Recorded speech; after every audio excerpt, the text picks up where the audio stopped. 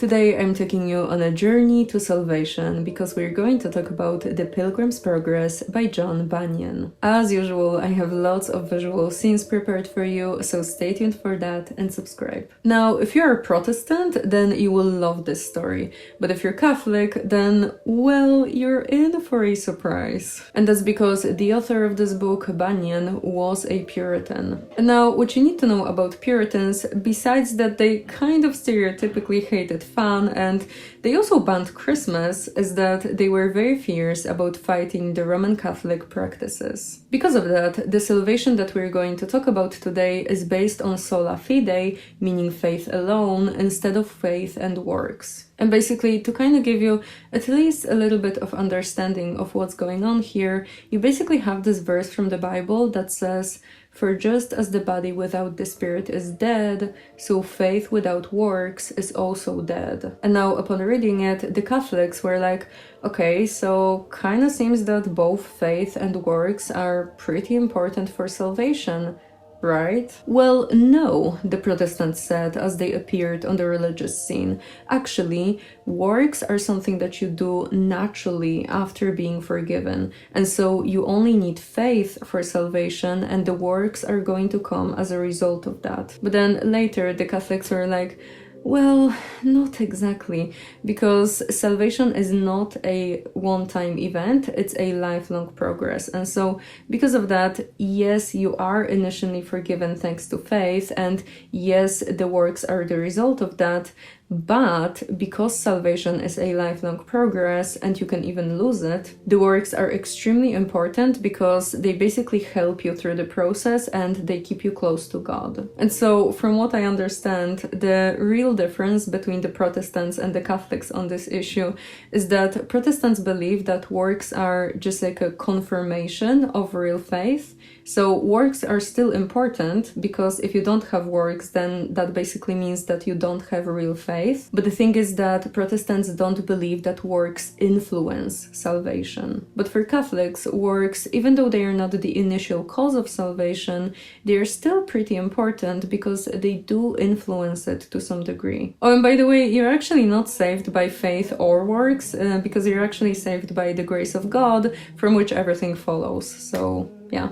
And listen, if you are not Christian or just like not really interested in this stuff, then I am so extremely sorry for this intro. But if by any chance you are interested in theology, then you can actually let me know if I like messed up somewhere, because to be honest, I want this channel to be as truthful as can be, but the thing is that like this mind has limitations, and so sometimes I'm just not going to understand something. But really, if I mess up somewhere, then feel free to correct me, because like I'm going to be more than grateful for that. But other than that, if you're Catholic, then I still think that you will enjoy the story. I don't know, I hope so. But I can tell you that when it comes to this issue of sola fide versus faith and works, then I actually agree with the Catholics. And if you are new on the channel, then I am Christian, but an extremely lost one. And so I cannot for the life of me figure out my denomination. So yeah, but on this issue, I agree with the Catholics, and I can tell you that I enjoyed the story, so I hope that you will enjoy it too. It actually kind of reminds me of Dante's Divine Comedy, maybe because I had to do so many animations for that.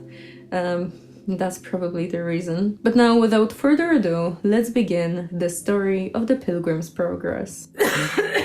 Oh, I'm sick, by the way. But I still have to make the video, because like, in Poland we say samo się nie zrobi, which basically translates to like, it won't get done by itself. So yeah, I have to do it. So now we finally begin, and we are introduced to an apology from Bunyan, where he's basically very sorry about writing this book. He explains that he did not really plan to write it, it just kind of happened that he ended up creating an enormous allegory for the journey to salvation. And he also adds here that he didn't write it for the public, he just wrote it for himself, but then as he finished, he showed it to a couple of his friends, and some of them liked it, some didn't, and so he decided that he's just going to publish it and see what happens. And in the apology, he also defends his use of metaphors, saying that if anyone wants to argue that metaphors make us blind, then they should first realize realize that the Bible actually uses a very similar language. And so now we finally begin the actual story with the narrator describing that one time as he was walking through the wilderness, he lied down in a den and dreamed a dream. In his dream, he sees a man clothed in rags with a book in his hand and a burden on his back. The man opens the book and he begins reading it, but very quickly his body trembles and he starts to weep,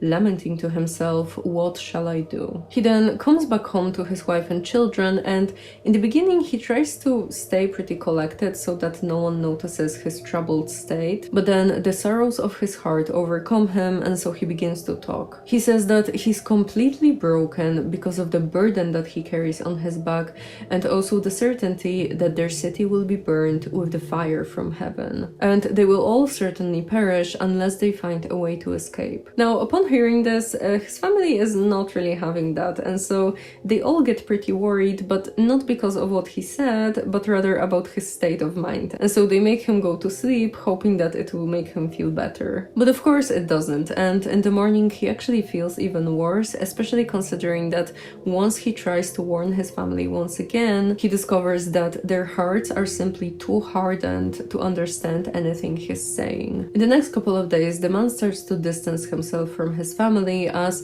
they all begin to mock him and also argue with him constantly, which leads the man to spend most of his time in solitude. And then one time, as he's walking through the fields and reading his book, he bursts into tears and cries out, "What shall I do to be saved?" He keeps lamenting like this for a while until a man named Evangelist comes up to him and asks why is he crying so much. The man answers that it's all because of the book that he's been reading, as from it he learned that he's destined to die, and not only that, but he's also supposed to come to judgment, and he's just simply not ready for any of it. To this, the evangelist is like, well, why exactly are you not ready to die since there's so much evil in this world? And the man answers that he's afraid that the burden that he carries on his back will sink him lower than the grave and he will fall into hell, and just the thought of that terrifies him. And to this, the evangelist is just like, well then, why are you just standing here and lamenting instead of doing something? And the man replies that he just simply doesn't know where to go and what to do. And so to this, the evangelist then gives him a parchment roll with the words, "Fly from the wrath to come." He points him to a wide field and tells him that he has to follow the light so that he gets to a narrow gate, and from that point he's going to be told what to do next. And so then the man comes back to his house for a moment, but then he runs out of it, completely ignoring his crying wife and children, and he even puts his fingers into his ears so that he doesn't hear them, which then also helps him to ignore his neighbors, who begin to mock him as he runs through the town. And so he runs like this for a while, but two of his neighbors begin to chase after him, and after a while they manage to stop him. Their names are Obstinate and Pliable, and as soon as they stop the man, they try to convince him to go back to the city. But the man, who now we learn is named Christian, says that there's no way that he's coming back with them, as they all live in the city of destruction, and everyone who stays there will eventually end up in hell. And so Christian tells them that they can actually go with him if they want, but to this they're like, what? You want us to leave our friends and comforts behind? And Christian explains that, well, yes, because if they go with him, then they will find the incorruptible inheritance that will never fade away. And to this, the guys just tell him to forget about his book and come back with them to the city, but Christian is like, no, because I have already laid my hand to the plow. And so now Obstinate says that Christian is just crazy, and he thinks that he's wiser than others. But Pliable, on the other hand, is like, well, maybe there is something to it, and he admits that his heart really wants him to join Christian on his journey. And now Obstinate is not extremely excited about this, and so he calls his friend a fool and tells him to be wise and not listen to this brain-sick fellow. But at this point, Pliable is convinced to go, and so he joins Christian, while Obstinate returns to the city of destruction, saying that there's no way that he will join those mindless, fantastical fellows. close. And so Christian and Pliable continue their journey together, with Christian reading some verses from his book about heaven and Pliable getting very excited about the vision presented to him. And then as they walk, they are so preoccupied with the message coming from the verses that they are totally oblivious that they've now entered the slough of despond. Here, they immediately fall into the swamp and they begin to have a great difficulty moving and staying afloat. And because Christian still has the heavy burden on his back, he quickly sinks, and once he's under the muddy water, he says that he doesn't even know where he is anymore. To this, Pliable begins to panic and he asks Christian in anger, is this the happiness that he promised him? Because if they came across such a problem in the very beginning of their journey, then who knows what's to come next. And Pliable also adds that if they only manage to get out of this situation alive, then Christian can take the celestial city all to himself because Pliable no longer wants it. And after saying this, Pliable starts to struggle out of the swamp, and once he gets out, he heads back to his house, and we learn that Christian has never seen him again. But we also learn that the rest of Pliable's life was pretty miserable as everyone around started to mock him. And so Christian is now left alone in the slough of despond, and he tries his best to move towards the wicket gate, but he's not able to get out of the swamp because of the burden that he carries on his back. But then as he struggles, a man called Help comes up to him and asks what he's doing here. Christian answers that he was directed by the evangelist to go towards the wicket gate,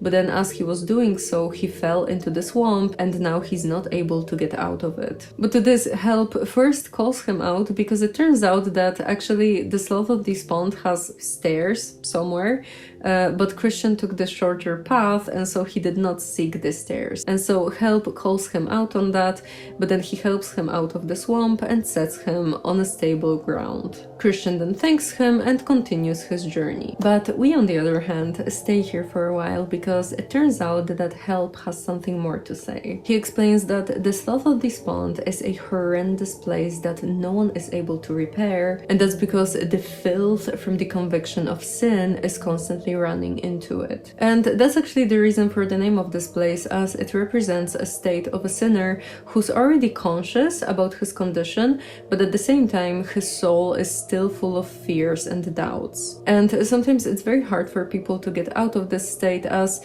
even though there are some stairs that lead out of the slough of despond, at the same time it's very hard to find them, and even climbing them is not an easy task. But the good news is that once you get to the wicket gate, the ground becomes good and stable. Following that, we see Christian continuing his journey when suddenly he sees a new person on his way. The person's name is Mr. Worldly Wiseman, and he's said to live in a city called Carnal Policy. And the guy recognizes Christian immediately, as it turns out that people around had been actually talking about Christian a lot. And so Mr. Worldly Wiseman comes up to Christian and he asks him where's he going with this heavy burden on his back. Christian answers that he's heading to the wicket gate where he'll be instructed how to get rid of his heavy burden. And to this, the Mr. Worldly Wiseman is like, want me to give you an advice? You should get rid of this burden as quickly as possible. And Christian is like,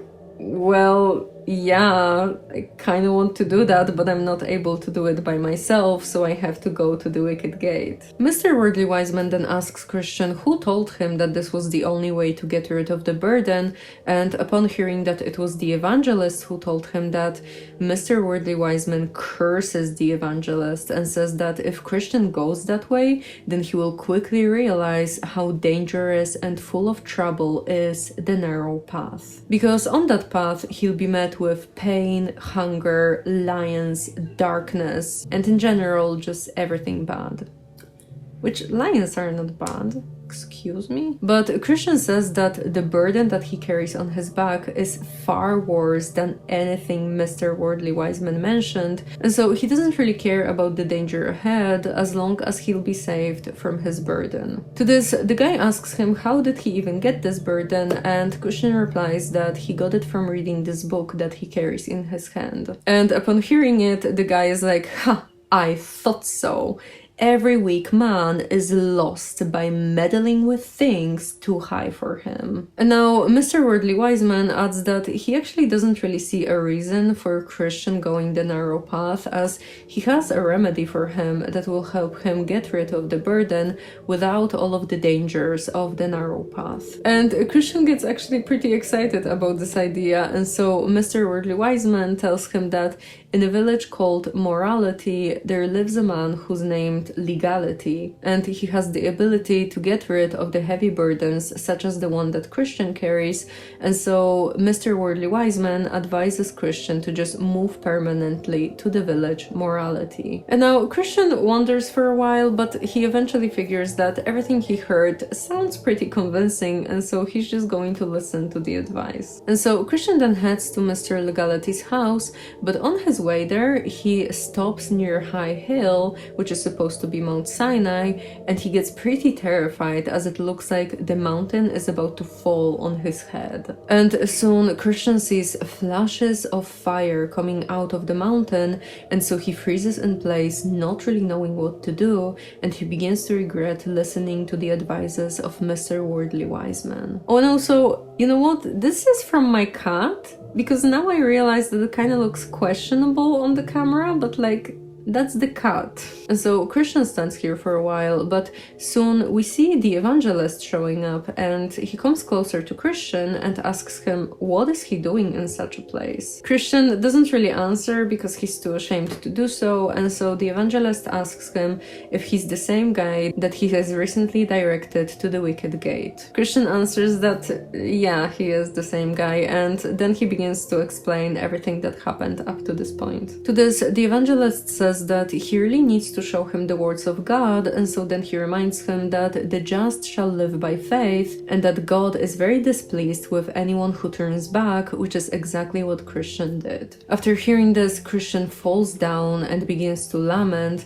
and to this the evangelist tells him that all sins shall be forgiven, but he has to regain his faith for that. Christian then gets up, and the evangelist begins to explain to him what exactly is the deal with Mr. Worldly Wiseman. It turns out that, as his name suggests, Mr. Worldly Wiseman delights in the doctrine of this world, which is why he often goes to the town Morality to attend church, partially because the doctrine of the world saves him from the cross. And there are three things that Christian should look out for when he's in contact with Mr. Worldly Wiseman. The first thing is that he tries to turn people away from the wicket gate, which is very bad. The second thing is that he tries to make the cross repulsive, which is also very, very bad, especially considering that you should prefer the cross over your own mother and father, all the treasures of the world, and even your own life. And the third thing is that he tries to send people to Mr. Legality, who is the son of the bondwoman,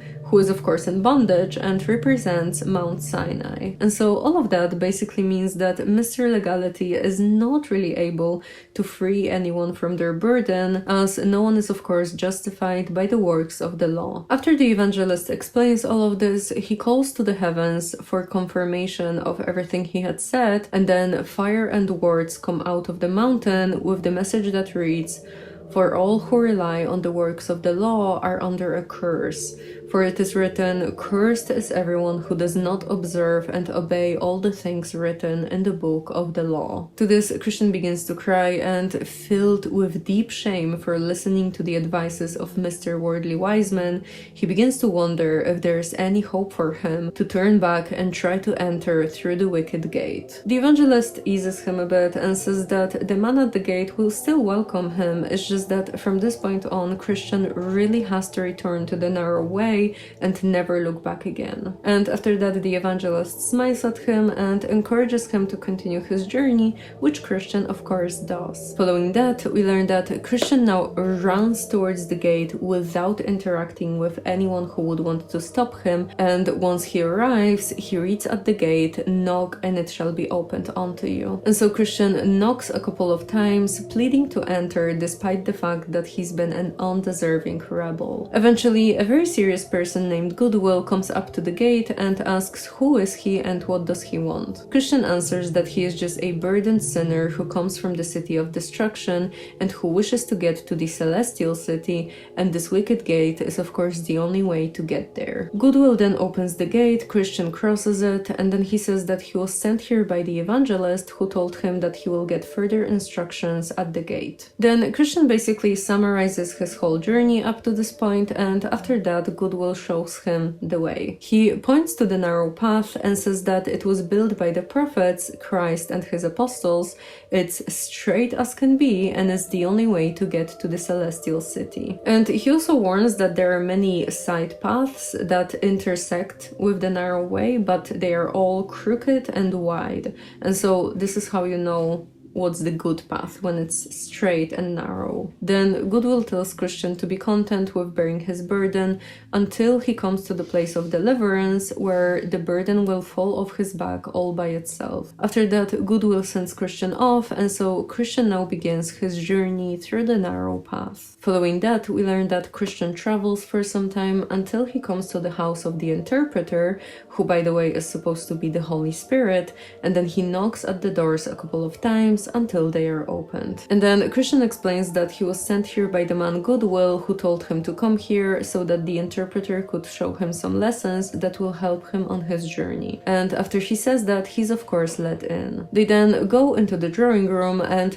Christian notices that it's full of dust, just as if it was never swept before.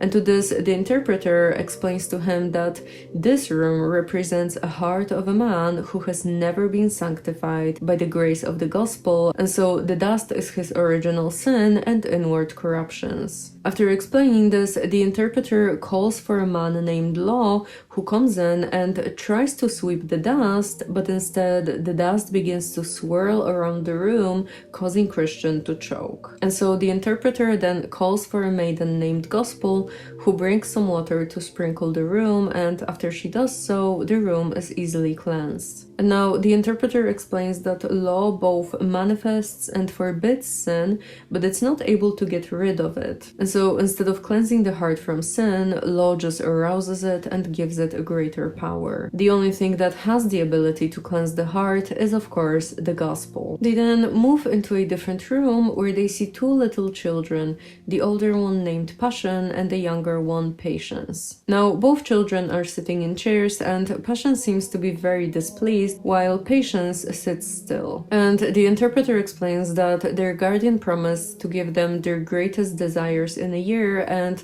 while Patience is willing to wait, Passion wants everything right now. And then suddenly a bag of treasure appears in front of Passion. He grabs it and rejoices in it, but then in a short while he wastes everything and now has nothing left but rags. And to this, the interpreter explains that Passion represents people of this world who must have everything right now, and they cannot wait for the world to come. And so even though Passion is able to laugh at Patience first, Patience will laugh at Passion last, after Passion loses everything. Then after that, we are described the third vision presented to Christian, which is basically an image of a fire burning against the wall. And the fire represents the work of grace which is operating in the heart, but there's also the devil standing right next to the fire and throwing water at it in an attempt to quench it. Yet the fire is burning higher and hotter, and the reason for that is of course Christ, who constantly casts the oil of his grace into the fire, which maintains the work that has begun in it. After that, we get into the fourth vision, and we see the interpreter and Christian entering into a very dark room. Here they see a sad man sitting inside an iron cage and lamenting to himself as if his heart were breaking. Christian comes up to him and asks who is he,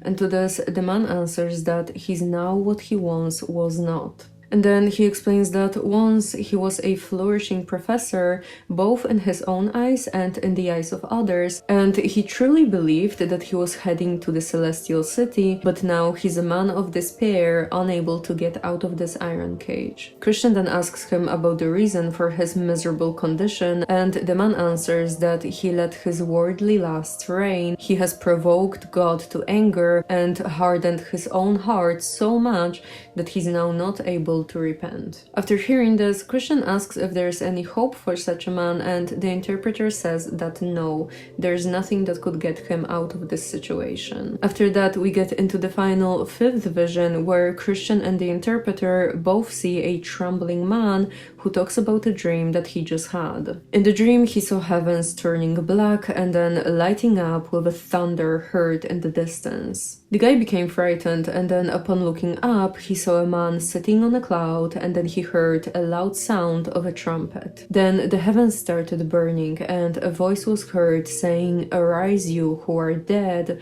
and come to your judgment." And after that, the rocks shattered, the graves opened, and the dead came forward. And then the man on the cloud opened a book that he was holding, and soon a bottomless pit opened right where the trembling man stood. And then the man on the cloud fixed his eyes upon the trembling man, causing his mind to remember each one of his sins, which eventually made him wake up. And then the frightened man ends his story saying that he became afraid because he thought that the day of judgment had come, and he just simply wasn't ready for it. After that, Christian and the interpreter have one last short conversation where Christian says that every lesson he's been given today brings him both hope and fear. And after saying this, he starts getting ready to continue his journey. But before he leaves, the interpreter wishes for the comforter to always be with him and lead him straight to the celestial city. Christian then thanks him and leaves to continue his journey. Following that, Christian walks for some time until he finds himself on a highway that's fenced on both sides with a wall called Salvation. Christian then runs up the road with a great difficulty caused by the heavy burden on his back,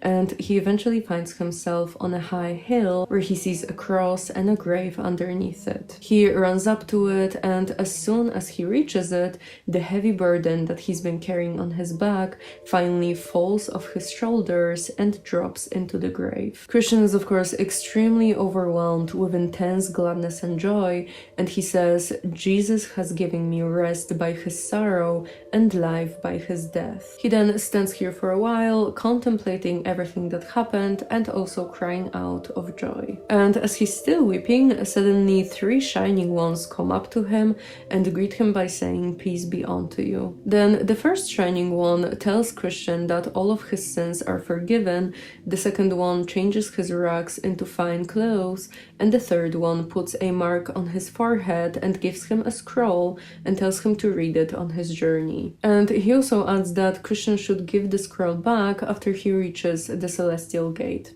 Because basically the scroll is kind of like a passport, in a sense. So you can't really get there if you don't have it. After that, the shining ones leave, and Christian rejoices once again, and then he continues his journey, singing to himself joyfully. We now learn that on his way, Christian briefly meets 3 characters, Simple, Sloth, and Presumption, but as you might imagine, they don't really care about moving from their place, and so Christian just continues his journey. Then, as he travels, suddenly he sees 2 characters jumping over the wall and coming up to him. One character is named Formalist and the other one Hypocrisy. Christian asks them where are they coming from and where are they going, and they answer that they're coming from the land of vain glory and they're heading to the celestial city for a reward. But to this, Christian is like, okay, but don't you know that you have to enter through the wicket gate because otherwise you're just a robber and a thief? But to this they answer that, well, the journey to the gate was considered too far away by everyone from their land, and besides, it's kind of like their custom to make shortcuts. And so Christian is then like, but aren't you afraid that it's going to be counted as going against God's will? And the guys answer that no, they don't really have to worry about this because they have a tradition for what they're doing.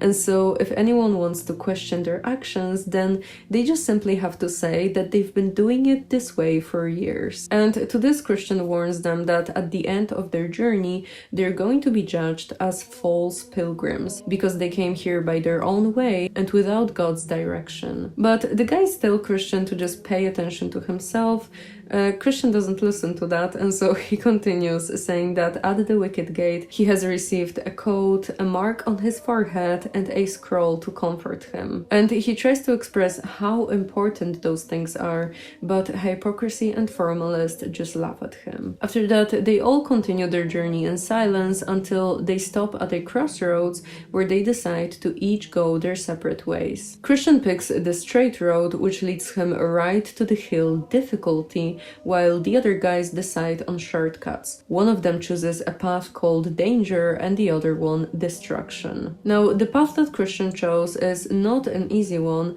but of course God takes care of everything, and so about midway to the top of the hill, Christian finds a pleasant arbor where he refreshes himself by reading the scroll provided at the cross and also taking a longer nap. And then, full of energy, he's able to climb to the top of the hill with ease. But then, as he's finally on the top, he figures that he has lost his scroll while he was sleeping in the arbor, and so he has to go back full of shame and remorse, but eventually he finds the scroll again and he continues his journey. Following that, Christian finds himself in front of the Palace Beautiful. Here he sees two lions right in front of him, and he gets a bit frightened to the point where he even considers going back. But then he also notices a porter of this place called Watchful, who calls out to him saying that he doesn't have to fear the lions because they're actually chained, and they're only placed here as a trial of faith to weed out those who are faithless. And so Christian continues to walk and he's trembling with fear,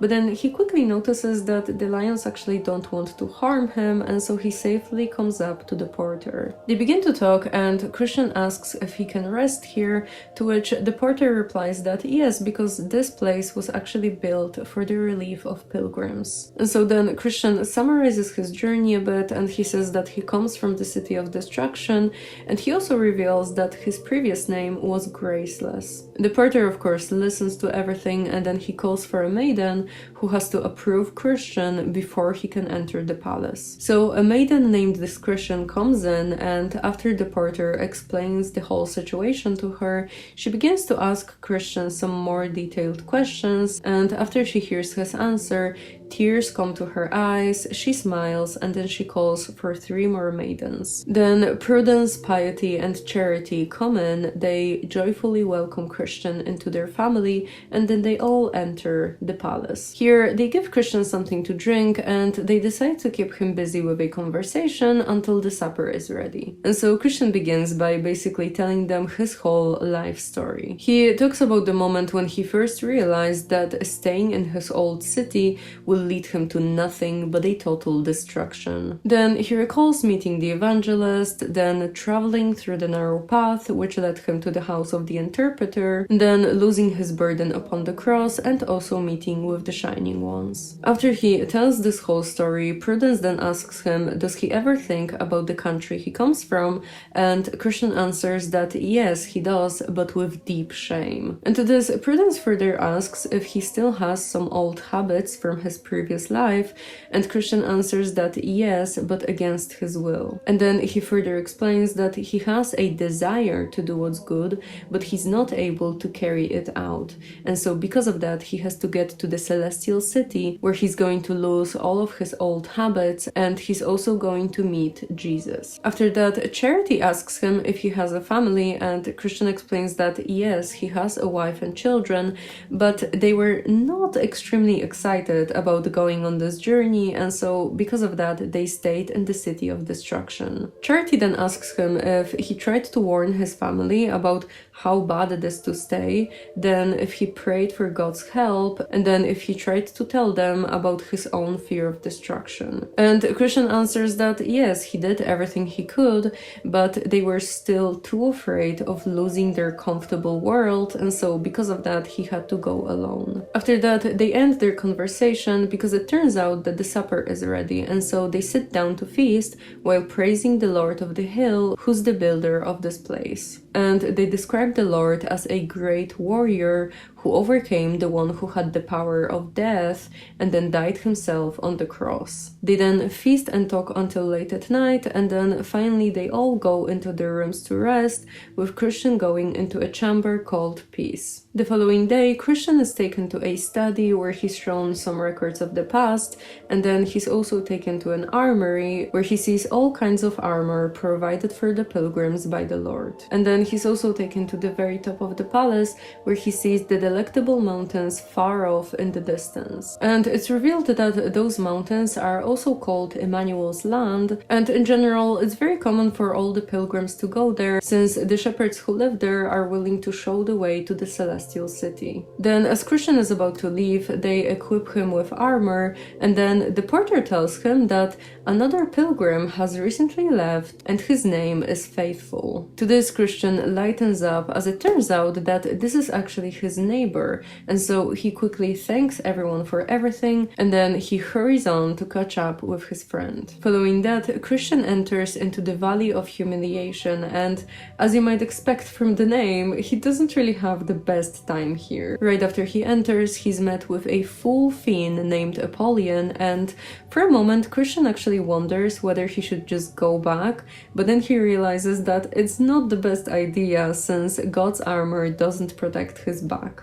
And so he just stands in place as Apollyon comes up to him. Now, the monster is pretty hideous. He's clothed with scales like a fish, wings like a dragon, feet like a bear, and mouth of a lion. He stands right in front of Christian, stares at him with an arrogant stare, and then asks him where is he coming from. Christian answers that he comes from the City of Destruction, which makes Apollyon pretty surprised, as it turns out that he's actually the prince of that place, and so it makes Christian one of his subjects. But Christian answers that, well, he's not one anymore, as Apollyon's wages were impossible to live on, since the wages of sin is death. To this, Apollyon tries to convince him to go back, but of course he doesn't succeed, as it's also revealed that Christian has a new king, whom he will never betray for anyone else. Upon hearing this, Apollyon tries to shame Christian by reminding him about every single time that he has stumbled on his journey,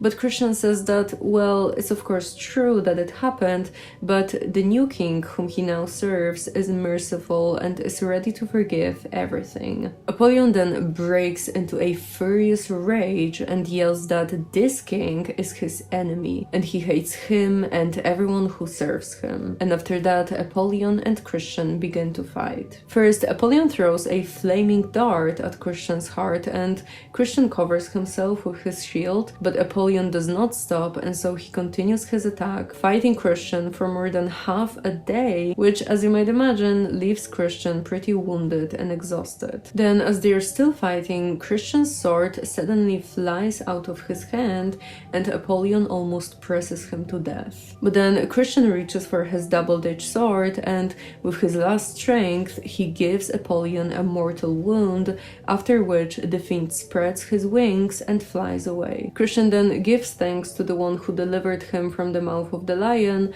and after that a hand appears and it gives Christian some of the leaves from the tree of life. Christian takes them and then applies them to his wounds, which then immediately heal. And so, fresh and healthy, Christian continues his journey. Following that, we move to the Valley of the Shadow of Death, which is described as a very solitary place, described by Jeremiah as the wilderness, a land of deserts and pits and deep darkness, a land where no one passes through, where no one lives. He is quickly met by two men who are yelling for Christian to turn back, as they themselves barely manage to escape from the Valley of the Shadow of Death, which is filled with goblins, satyrs, and dragons. Upon hearing this, Christian says that this is the only way to the Celestial City, and so he's not willing to go back. To this, the men just escape without him, and Christian continues his journey. He then notices a ditch on his right where the blind are leading the blind, and then on his left a dangerous quagmire that King David once fell into. And so Christian now has to be very careful because the path is even more narrow than before, and on top of that it's extremely dark here. And then in the middle of the valley, Christian notices the mouth of hell placed very close to the path, and for a moment Christian doesn't really know what to do as his sword is pretty useless here, and so he decides to pray, and that helps him a bit. But then as he continues to walk, he begins to hear fiends coming closer and closer to him, all ready to attack. But then Christian quickly calls upon the strength of God, which makes the fiends retreat. And so Christian continues to walk, and after some time he hears a voice of a man somewhere ahead of him saying, "Even though I walk through the darkest valley, I fear no evil, for you are with me." This of course comforts Christian as he realizes that not only is he not alone on this path, but also God protects him even though he's not able to see him. And so he continues to walk, and after some time he finally comes to the end of the valley. Now this place is described as full of blood, bones, ashes, and mangled bodies of men, and there's also a cave with two giants sitting near. One of them is called Pagan and the other one Pope. And it's explained that the bones and the mangled bodies laying around once belonged to men who were put to death by the power and tyranny of those two giants. Christian then comes a bit closer, and it's said that the pagan has actually been dead for quite some time now, but the Pope, even though he's still alive, has grown so deranged that all he can do now is sit in his cave and bite his nails in anger as pilgrims constantly pass by completely out of his reach. And so after seeing all of this, Christian now silently continues his journey. After that, Christian finally finds himself back on a normal path, and right in front of him he sees Faithful. Christian then runs up to him, and he doesn't actually stop once he reaches him, but instead he runs past him, and he's very smug about it, but not for long, because immediately after he stumbles and has to wait for Faithful to come up to him and help him get up. After that, they greet each other warmly, and Faithful explains that he actually left the City of Destruction right after Christian did, as he just couldn't stay there any longer. And he mentions Pliable here, the guy from the very beginning of the story, and it turns out that after he went back to the City of Destruction, the people around started to mock him pretty harshly, and so now he lives in deep shame. After that, Faithful tells some stories from his journey up to this point, and we learn that one time he was met by Wanton, who was urging him to come with her and surrender himself to the fleshly delights, but fortunately he managed to escape. And Faithful adds that he was later met by a very old man named Adam I, who lives in the town of Deceit and who wanted to marry Faithful with 3 of his daughters, the lust of the flesh, the lust of the eyes, and the pride of life. And at first, Faithful was kind of considering this option,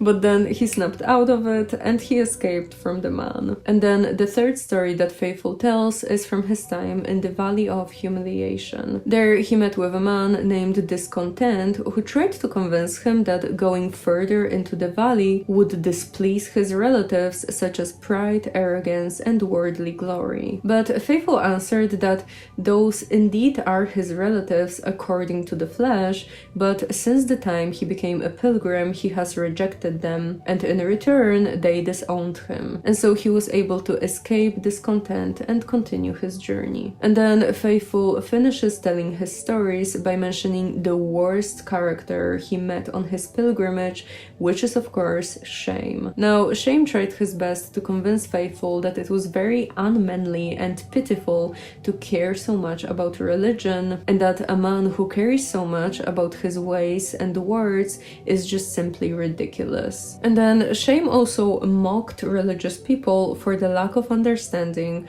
of all the new scientific theories. But to this, Faithful remembered that what is prized by human beings is an abomination in the sight of God. And so he decided not to listen to Shame, as it only cares about what's acceptable by the worldly man and says nothing about what God actually cares about. And so after telling all of the stories, Christian and Faithful now continue their journey. After walking for a while, they eventually stop when they meet a new character on their path. The character's name is Talkative, and as soon as he notices the guys, he begins to talk with Faithful, and he tells him basically every piece of knowledge from the Bible possible. And not only that, but he basically seems to have a very wide knowledge on all things possible. And to this, Faithful tells Christian how nice it is to have such a companion. But Christian is like, no. I know this guy from the City of Destruction. He's a son of Saywell, and in general, he's just not good news. Faithful says that, well, but he appears to be a very charming man, and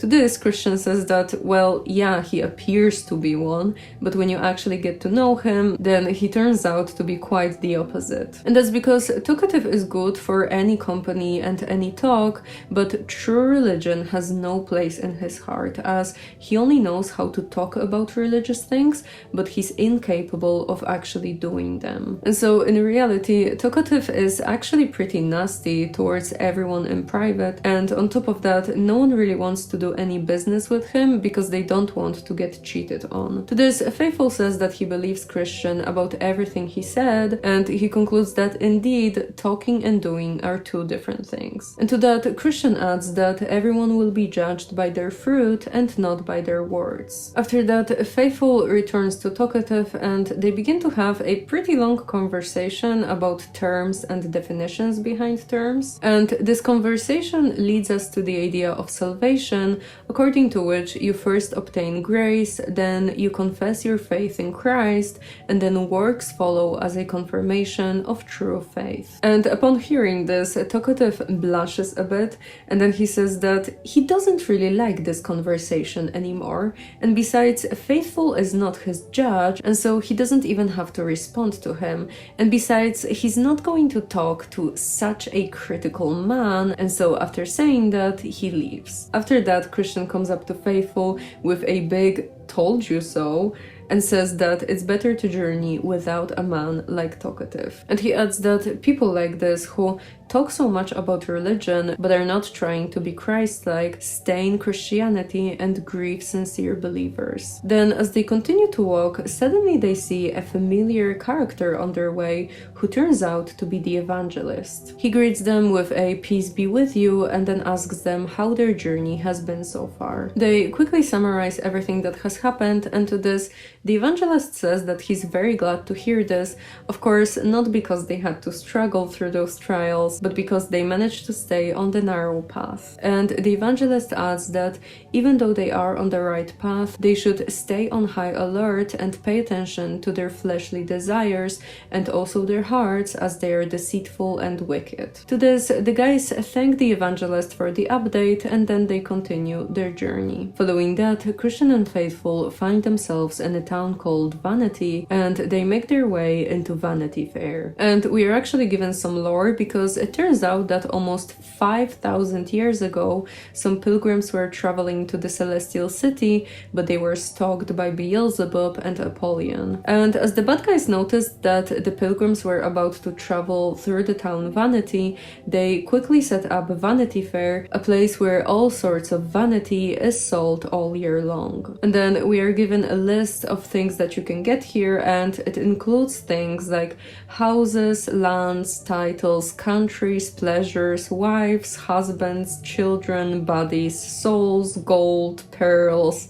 The list is pretty long. Now, as Christian and Faithful walk into the Vanity Fair, everyone immediately stares at them in shock as they wear strange clothes, they speak a foreign language, and what's the worst, their desires are set on heaven and not on the Vanity Fair. So the people of course mock the pilgrims, and their presence disturbs the fair so much that they are eventually taken into custody in order to be interrogated. There they are quickly deemed as mad and deranged, and then they're beaten and put into a cage so that they become a spectacle for everyone at the fair. And so for a while they're just ridiculed and laughed at, but they remain patient, answering every insult with a blessing. And so after some time, a group of people actually starts to defend the pilgrims, but as you might imagine, the group that mocks them is not especially happy about this, and so they all begin to fight. Because of that, Christian and faithful are punished once again, as they are of course deemed as guilty of this whole situation. But the pilgrims receive this disgrace and shame with such meekness that it actually makes several other men join their side. And that of course makes the mockers angry, so angry that they now want the pilgrims to die, and so they plead for the pilgrims to be executed for all the harm that they caused at the fair. But Christian and faithful just comfort each other and wait for the verdict. And so then a judge going by the name Lord Hategood shows up, and he concludes that the pilgrims are the enemies, as they disturb the town and divide the people living in it. But to this, Faithful says that he has only opposed that which set itself against God, and outside of that, he did not really cause any disturbance. And then he also excuses those who joined them, saying that they only turned from worse to better, and then he defies Beelzebub, who is the king of this place. After that, the judge calls for some witnesses who have something to say against the pilgrims, and to this, three characters step out: Envy, Superstition, and Pigthanks. Envy says that Faithful is the most vile person he had ever encountered, as he doesn't regard the prince of this place nor the customs, and he only cares about Christianity, which customs are a complete opposite to the customs of vanity. After that, Superstition says that Faithful dared to say that the religion of people here is worthless and by no means can please God, and so they all worship in vain. And then Pigthanks tells the judge about Faithful not respecting Beelzebub and also his friends such as Lord Oldman or Sir Having Greedy. After hearing all of this, Faithful asks for a permission to speak in his own defense, and Lord Hategood agrees. And so Faithful says that Envy actually got it wrong, because he only said that any customs that are opposite to the word of God are also opposite to Christianity. And then Faithful adds that Superstition is also wrong, because he only said that a divine faith is required for the true worship of God, and everything else is just man's vain religion. And then when it comes to Pigthanks, then he's actually right, because Faithful thinks that Beelzebub and all of his friends are more fit in hell than here. After all of this, the judge says that now they have to decide whether to hang Faithful or keep him alive. And so everyone of course concludes that Faithful is guilty, and they all call him a heretic and say that he should be hanged. And so they take him to another place where they punish him according to their law, and it's not an especially nice punishment, as they cut him with knives, stone him, pierce him with swords, and at the end burn him to ashes at the stake. But after all that happens, we learn that a chariot has been actually waiting for Faithful, and so as soon as he dies, he's taken into the chariot and then carried through the clouds with a sound of a trumpet right to the celestial gate. Christian, on the other hand, is sent for some time to prison, but then he escapes from it and he continues his journey. Following that, we learn that Christian finds himself back on the road, and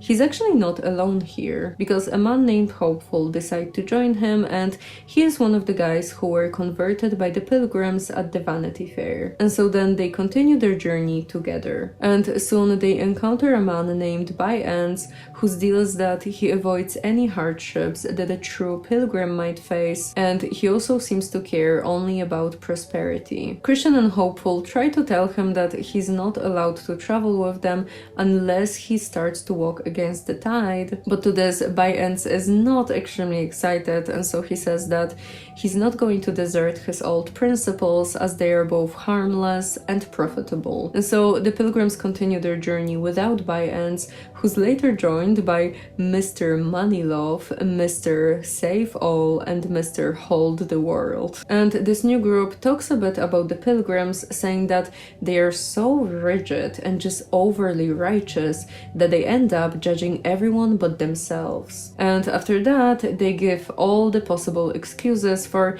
basically being prosperity preachers. After some time, the Pilgrims reach a little hill called the Lucre, and we learn that there's actually a silver mine inside it. And right next to the mine, there is a gentleman called Demas standing and calling to the passing travelers to come closer to him. To this, Christian asks what is so deserving to turn out of the narrow way, and Demas replies that he will show them the silver mine and they will be richly rewarded with little to no effort. And now, upon hearing this, Hopeful is like, yeah, let's go. But Christian tells him that maybe not. Because as it turns out, Christian has already heard about this place and it's supposedly pretty dangerous as many pilgrims were lost here. And besides, worldly pleasures are not worth going off the narrow path anyway. Hopeful then agrees with him and says that when By-Ends arrives here, then he will for sure be tempted to go inside the mine. And yeah, not long after that, By-Ends arrives,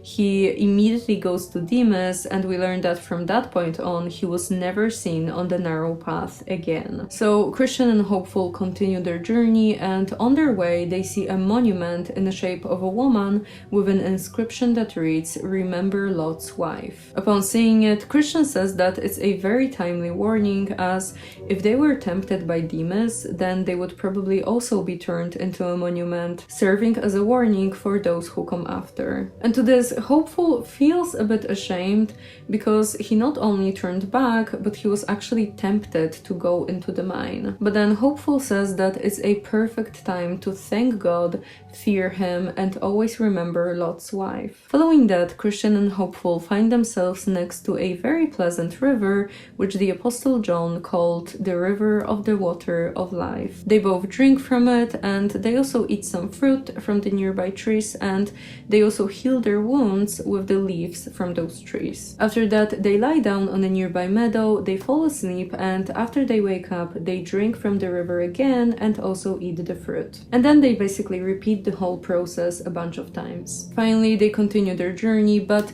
they quickly find themselves pretty discouraged, as it turns out that the path is actually quite difficult, and so Christian then quickly finds an easier path that goes through the meadow. And Hopeful is not extremely excited about this idea, as he fears that this new path will lead them out of the narrow way, but to this, Christian tells him not to worry about this, as the new path goes right alongside the proper way. That of course persuades Hopeful, and so they begin to walk, and soon they encounter a man named Vain Confidence, who tells them that yes, of course this path leads to the celestial city. And Christian is of course like, see, told you that we are still on the right path. And so they follow Vain Confidence until the night comes and it grows very dark, so dark that they've now lost sight of their new guide. But they can still hear him as he's falling into a deep pit and then dashes into pieces. And they call out to him, but there's of course no answer to be heard. Hopeful now gets frightened and he asks where are they, to which Christian doesn't really want to answer, as he's afraid that he let his friend out of the narrow path. On top of that, it begins to rain with lightning and thunder, and the water begins to quickly rise around them. So Hopeful now laments that they decided not to stay on the narrow path, and to this, Christian is like, well, who would have thought that this path would lead us astray? And to this, Hopeful is like, me? But I listened to you because you're older. And so Christian apologizes to him and says that he really didn't have any evil intent behind that, and Hopeful immediately forgives him and says that they will now have to find something good in this situation. They then decide to turn back, and Christian says that he will go first so that he can take all of the dangers on himself, but Hopeful tells him that maybe it's not the best idea, as his mind is not in the right place, and so he's not really fit fit to be a leader. And as they are ready to head back, Christian notices that the waters had greatly risen, and he realizes that getting out of the narrow path was easy, but going back on it is extremely hard. They then decide to sleep right where they stand and then travel further early in the morning. But then, right as the sun is seen again on the horizon, a giant named Giant Despair finds the pilgrims asleep on the meadow. He wakes them up and then asks what are they doing on his grounds. They tell him that they are just pilgrims who had lost their way, but Giant Despair is already angry, and so he tells them that they are trespassing on his grounds, and because of that they have to go with him. They agree, but of course it's not like they have anything to say, and so the giant takes them from the meadow and then throws them into a dark, nasty dungeon of his castle. Here they are locked for almost a week without anything to drink or eat and with no possible help inside. And Christian of course feels a double amount of shame for this whole situation, as obviously he was the one who brought them here. Then we move to another part of the castle that, by the way, is called the Doubting Castle, and we see here Giant Despair and his wife Diffidence. He tells her about this whole situation with the pilgrims, that he found them underground and so he took them and threw them into the dungeon, and so now he asks his wife what should he do with them. And she tells him that once they wake up in the morning, he should beat them without mercy. And so yeah, he does just that, and he's so brutal with it that they are not able to defend themselves or escape from him. Then Giant Despair leaves them, and the next night he comes back to Diffidence to ask for further instructions. She tells him that since the pilgrims are still alive, Giant Despair should advise them to end their own lives. And so the next morning comes, and Giant Despair shows up in the pilgrim's cell once again, and right at the start he's like, you know what, since you're not getting out of this dungeon, maybe you should just end your suffering right here and now. The pilgrims beg him to leave them alone, to which he gets pretty angry, and so he rushes at them, but then he kind of loses the ability to use his hands, which apparently sometimes happens during a sunny weather. And so because of that, he just leaves, leaving the pilgrims to consider what they should do now. And Christian begins by lamenting that he really doesn't know what to do now, as their lives are pretty miserable now, and it really does seem that the grave is a better option than living like this, constantly being oppressed by Giant Despair. To this, Hopeful tells him that yes, it does seem that death would be better than living like this forever, but Christian has to remember that the scripture says, you shall not murder. And now taking your own life is of course very bad, because then you're killing both your body and your soul. And Hopeful continues, saying that other pilgrims have also been captured by Giant Despair, but they've all managed to escape, and so there's still hope for them. They just have to be patient and endure the suffering. Then towards the evening, the giant comes back to the dungeon to check on his prisoners, and he finds them alive, but barely, as they're pretty starved and wounded to the point where they are barely breathing. And to this, Giant Despair falls into rage, and he yells that since they decided not to listen to his advice, their lives are going to become even worse, to the point where they're going to regret that they were ever born. Now, as you might imagine, this frightened the pilgrims, and now Christian is even more convinced that they should just end their lives. But Hopeful tells him to remember all the times when he was strong, as after all, Apollyon was not able to crush him, and also his experience in the Valley of the Shadow of Death did not discourage him from this journey. And so once again, Hopeful says that they should be patient. After that, we move to the giant's bedroom once again, and we see here Giant Despair and his wife. She tells him that tomorrow he should take the pilgrims to the castle yard and show them the bones of those whom he already crushed, so that they will fear sharing the same fate. He does so and then gets them back to their cell. Now, as the pilgrims are back in the cell, they begin to pray, and shortly after, Christian suddenly shouts with happiness as he realizes that he actually has a key called Promise that seems to open any lock in the Doubting Castle. And yeah, it turns out that it really does work, and so the pilgrims finally escape from the Doubting Castle. Following that, Christian and Hopeful travel for some time, and they eventually find themselves in the Delectable Mountains, precisely in the vineyards where they have something to drink and to eat. And they notice some shepherds on their way, and so they come up to them, and Christian asks them who those mountains belong to. The shepherds answer that another name for this place is Emmanuel's land, and so those mountains and also the sheep belong to him. And then they also confirm that this is the right way to the celestial city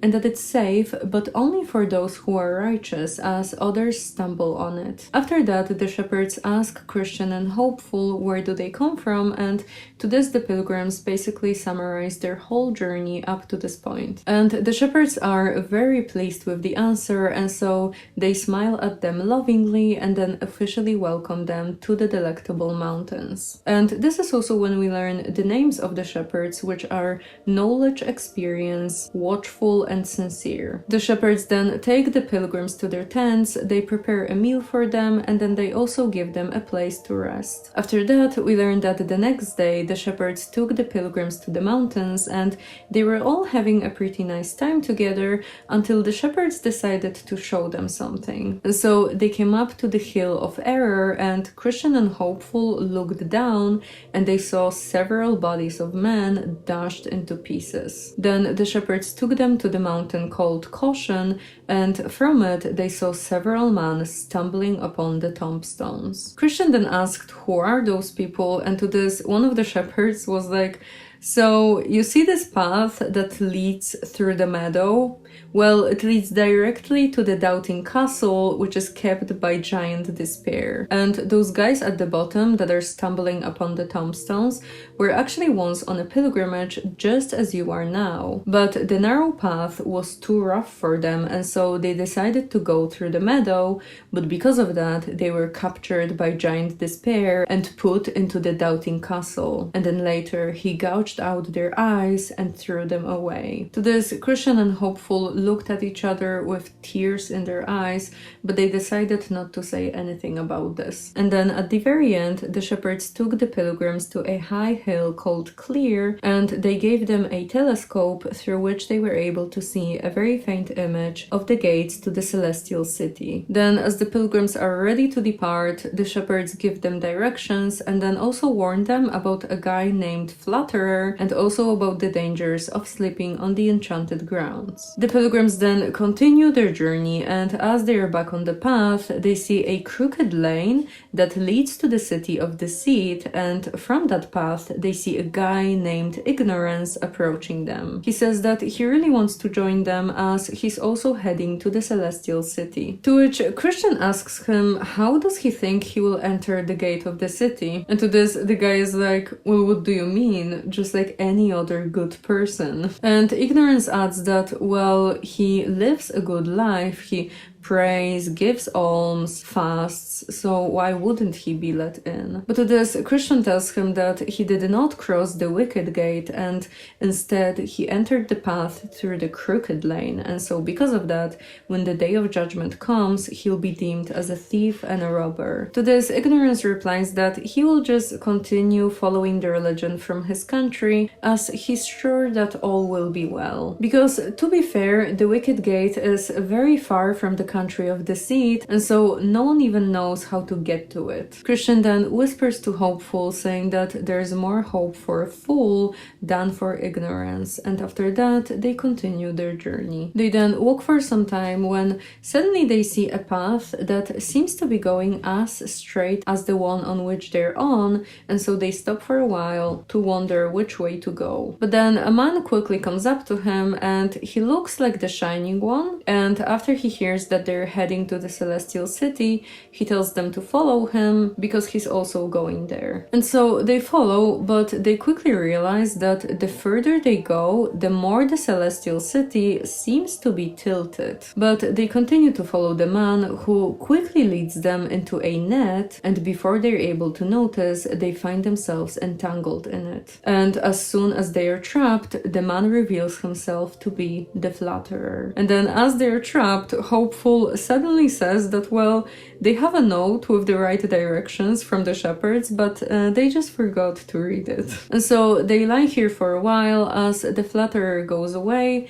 and then at last the real Shining One comes in. As he notices them, he asks who are they and why are they here, and they answer that they are just poor pilgrims who are on their way to the celestial city, but were unfortunately deceived by the flatterer. To this, the Shining One cuts the net and then frees the pilgrims and then tells them to follow him so that he can lead them back to the narrow way. But before that, the Shining One is like, wait, but if you spent the day with the shepherds, then didn't you receive a note with the right directions? To which they answer that, yes, indeed.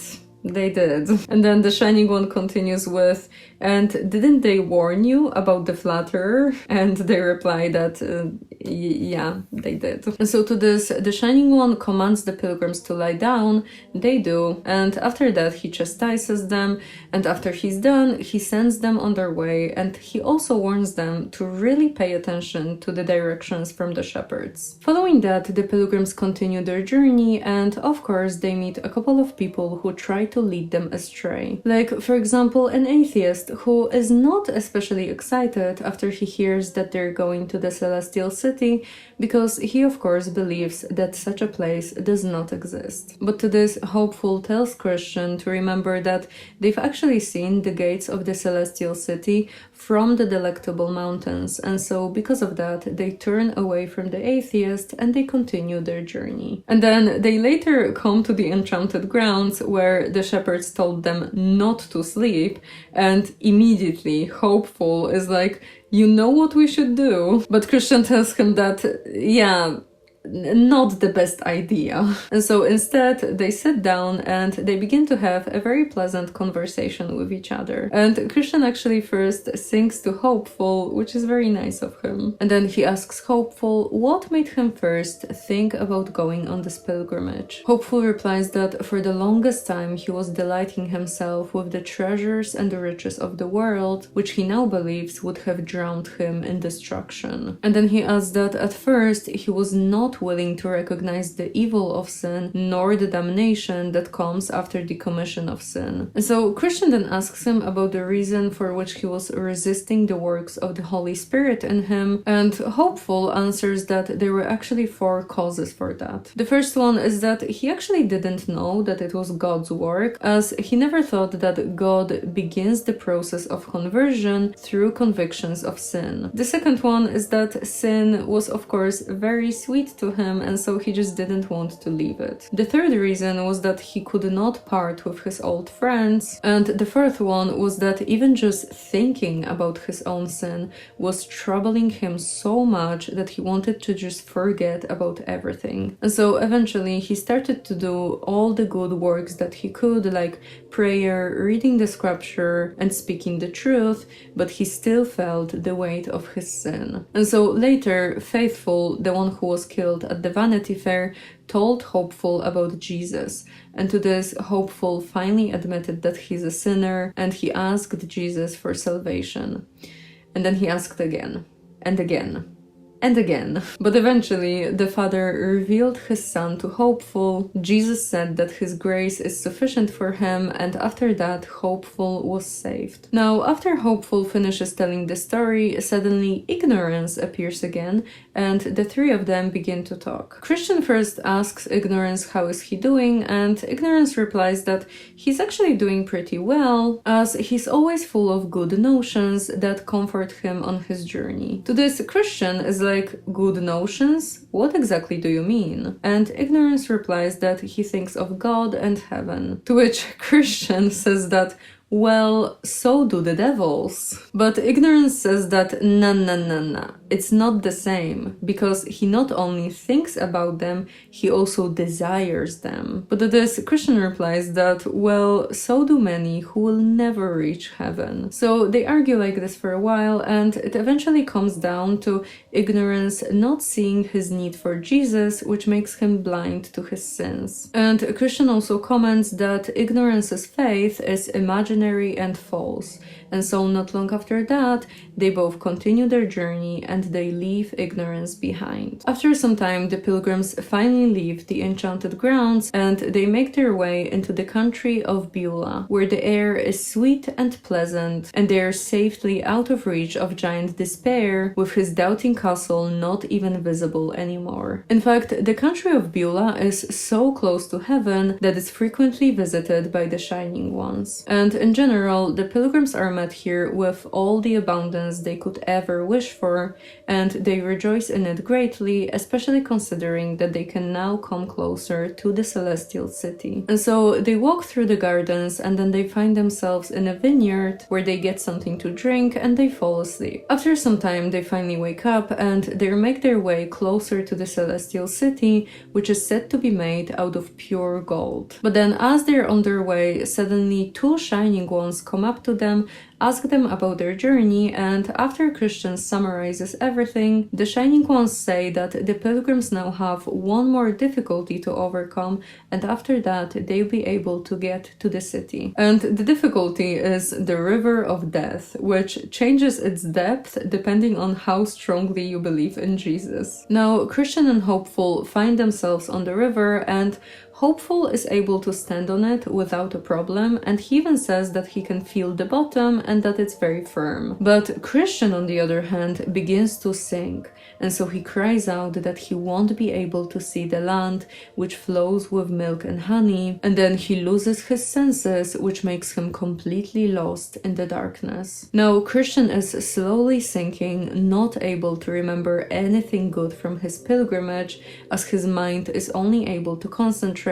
on all the sins that he ever committed. But fortunately, Hopeful keeps Christian's head above the water so that he doesn't drown completely. And he also tells him that this distress that he's going through right now is not an indication of God forsaking him, but rather a test to see if his mind recalls Jesus in this moment. And it of course does, because Christian now shouts that he sees him again and that he encourages him to continue the journey. Christian then feels the waters becoming shallow, and after he finally stands on a firm ground, they continue their journey towards the gate. After some time, they finally get out of the river, and it's noted that they're now naked because they left their garments in the river. And then they are transported by the Shining Ones to the gates of the celestial city. But before they enter, the Shining Ones tell the pilgrims that they're now about to enter the paradise of God, where they will see the tree of life, eat its fruits, and then talk with God for the rest of their lives. And on top of that, they will never again see things such as sorrow, sickness, or death. And then some of the gods' trumpeters come closer, they welcome Christian and Hopeful, and then they sing beautiful melodies while transporting the pilgrims to the upper spheres of heaven. And then they also see a sign over the gate written in letters of gold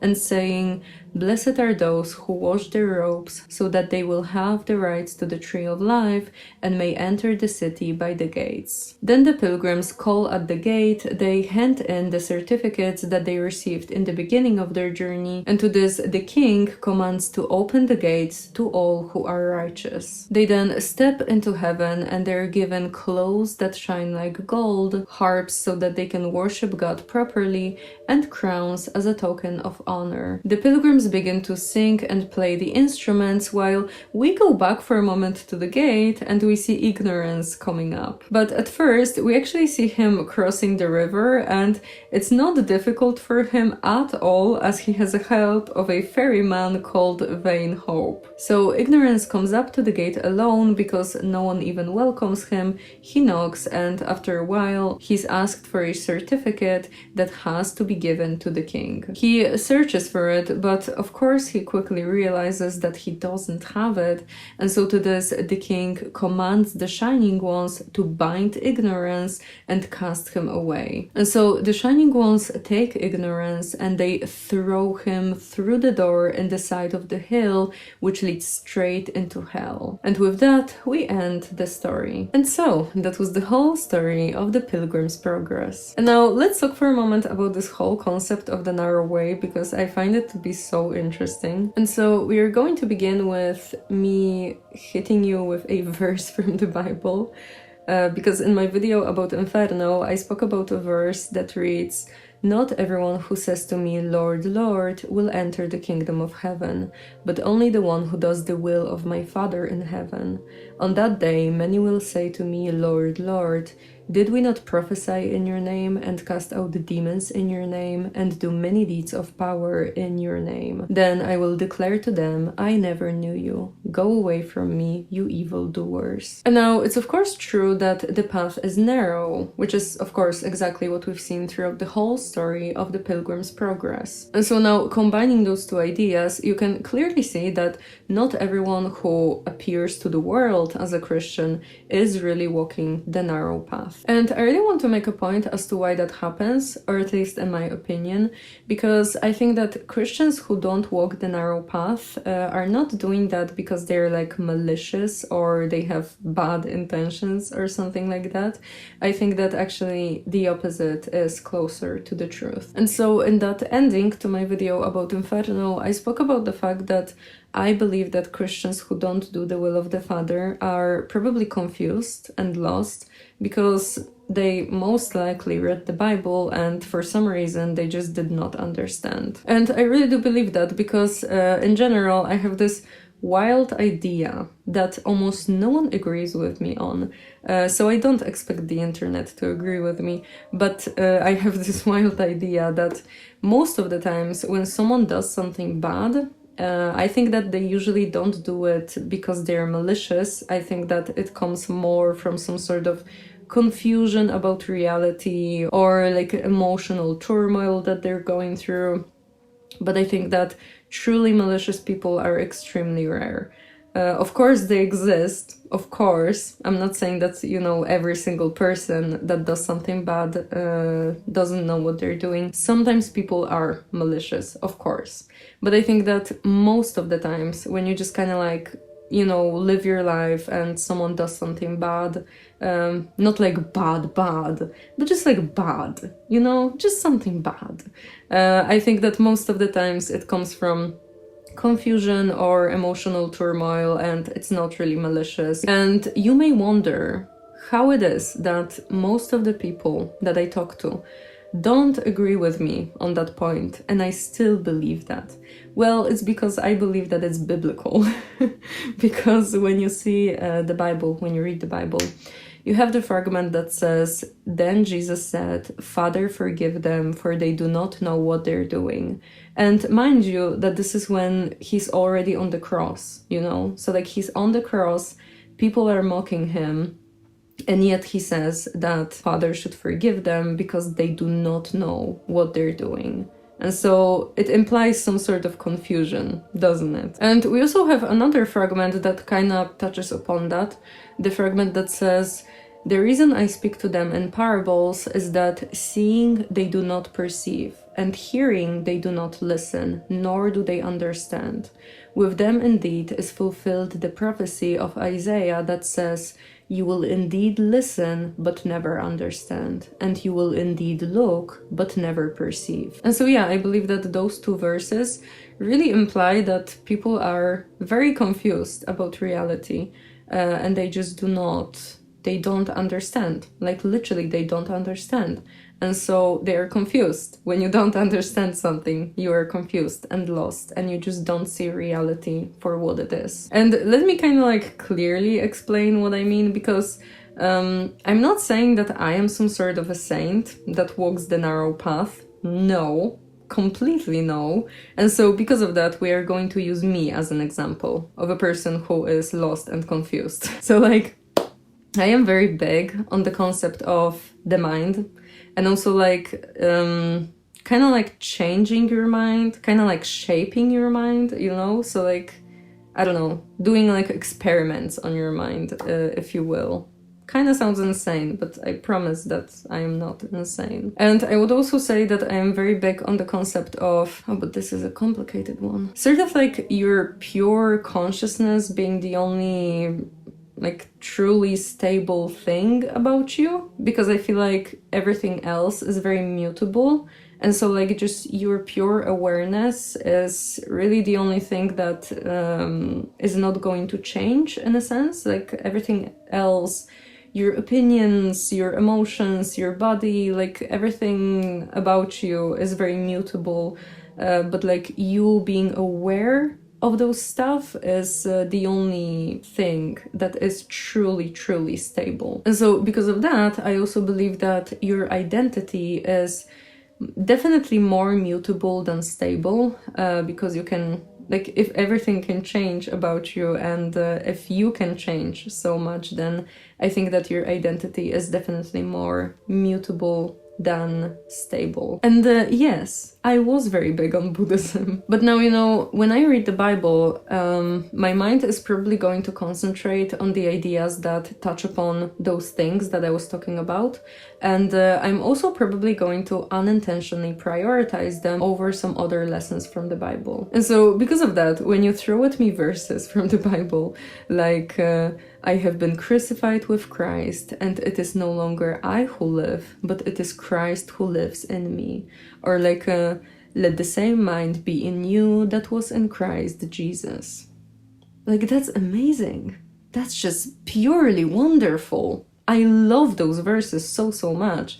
But that's kind of the thing, it doesn't put me on the narrow path. There's a big possibility that I am just completely lost somewhere because my mind is just like incapable of creating a different interpretation that would actually put me on the narrow path. And listen, if you agree with me up to this point, then I think that you can also kind of agree that even some controversial prosperity preachers probably believe that what they're saying is true and good. Because think about this, if your mind constantly concentrates on money and chases after it, and maybe you even have a reason for that, because maybe, I don't know, you really know how it is not to have any money, and so you just never want to be in such a situation ever again. So then when you open the Bible and you read verses like, for example, "For I know the plans I have for you, declares the Lord, plans to prosper you and not to harm you, plans to give you hope and a future."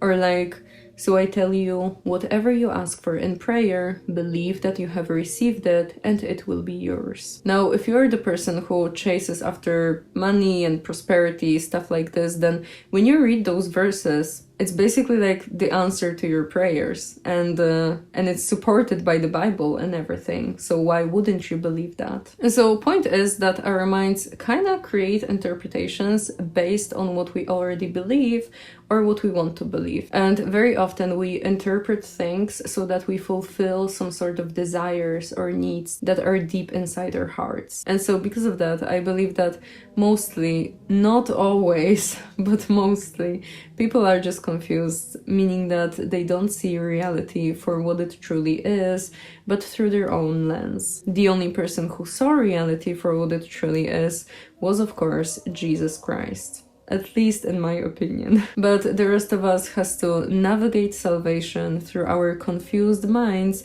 that will sometimes lead us out of the narrow path. And that's why I think stories like the Pilgrim's Progress are very important, because you can kind of like place yourself somewhere on this path and see if maybe you got lost somewhere and have to navigate your way back to the narrow path. So yeah, I don't really have anything else to say, because I'm also like still sick, so it's not very nice, but you know. But still, thank you so much for watching, especially that you're watching till the end. You can subscribe to the channel. I'm going to be very glad if you do. And bye bye!